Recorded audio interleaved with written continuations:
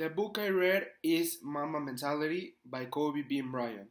This is a non-fiction book. It covers Kobe Bryant's time from 1996 to the year of 2016. The book was published in 2016 after Kobe Bryant's retirement from the NBA.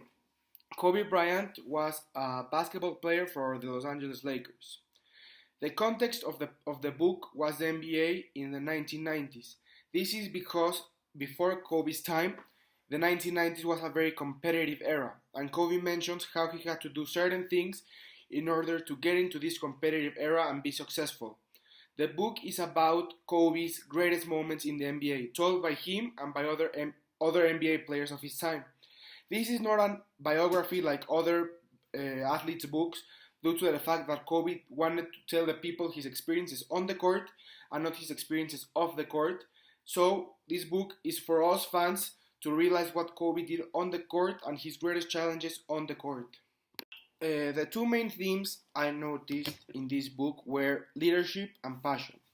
Leadership, due to the fact that Kobe Bryant was a very big leader on the court and off the court, helped his teammates, helped his community, and this is in the book a very important thing due to the fact that it constantly mentions stories of other players speaking about the leadership of Kobe Bryant and how meaningful and how impactful he was to them personally and to their game.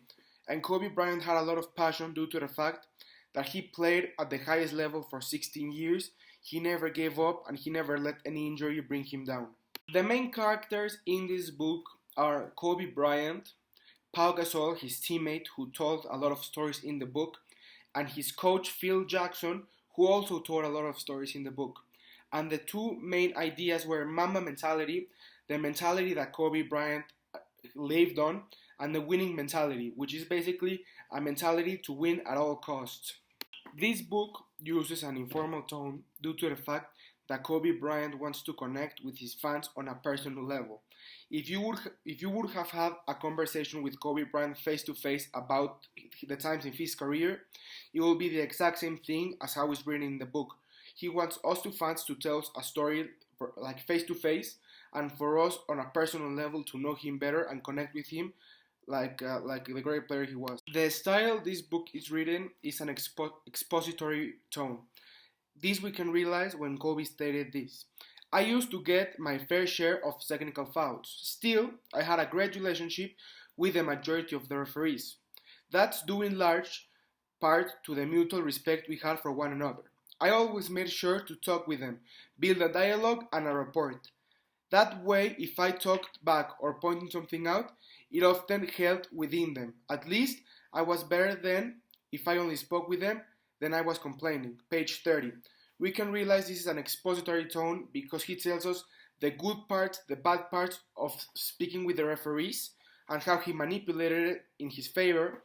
And this is an expository tone because he exposes the whole scheme and the whole situation of him speaking with the referees. This book has three clear examples of ethos, pathos, and logos.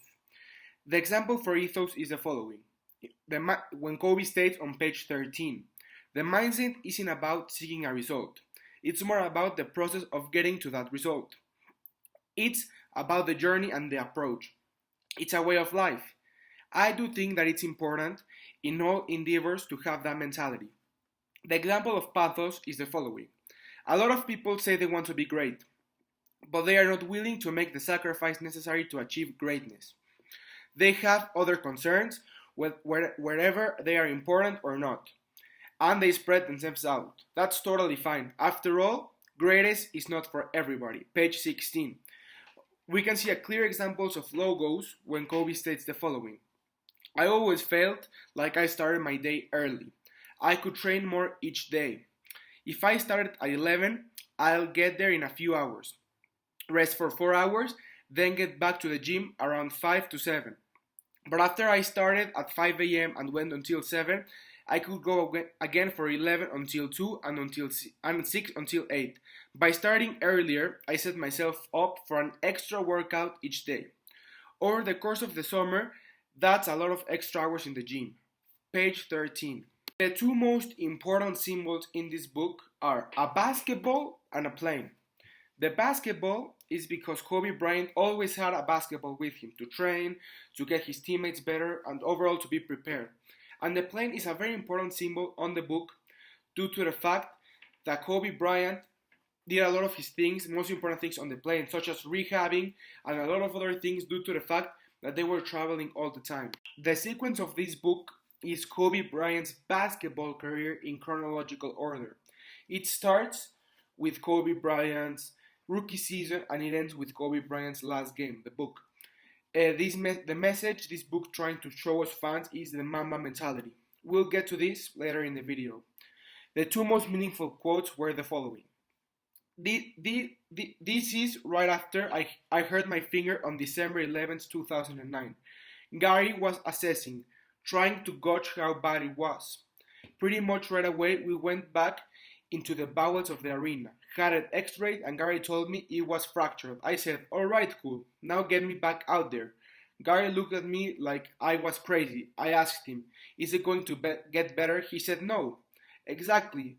There was nothing we can do about it now and how it can get worse. So I hope, let's go.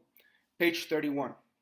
This was when Kobe Bryant broke his finger mid-game, and due to his winning mentality and to his passion, he decided to keep on playing instead of getting his finger treated like any other player will do. The second quote is the following. There was no one harder to guard off a screen than Dwayne Wade.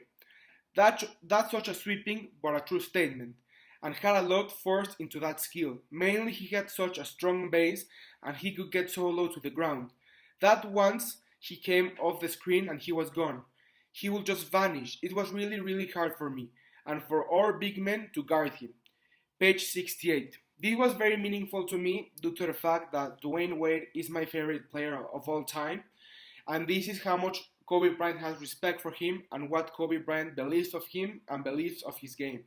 I really enjoyed this book due to the fact that it was like I had a 200-page conversation with the late Kobe Bryant, due to the fact that you as a fan can read, and it's like he's telling you story after story after story, and it keeps on going, and you don't want it to end.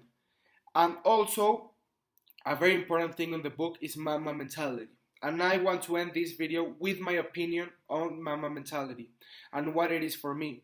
For me, Mamba mentality is the passion to win, to never give up, to always give your hearts at whatever it is, and for this we can succeed in life. If we apply the Mamba mentality on a day-to-day basis, we can be successful people and successful humans.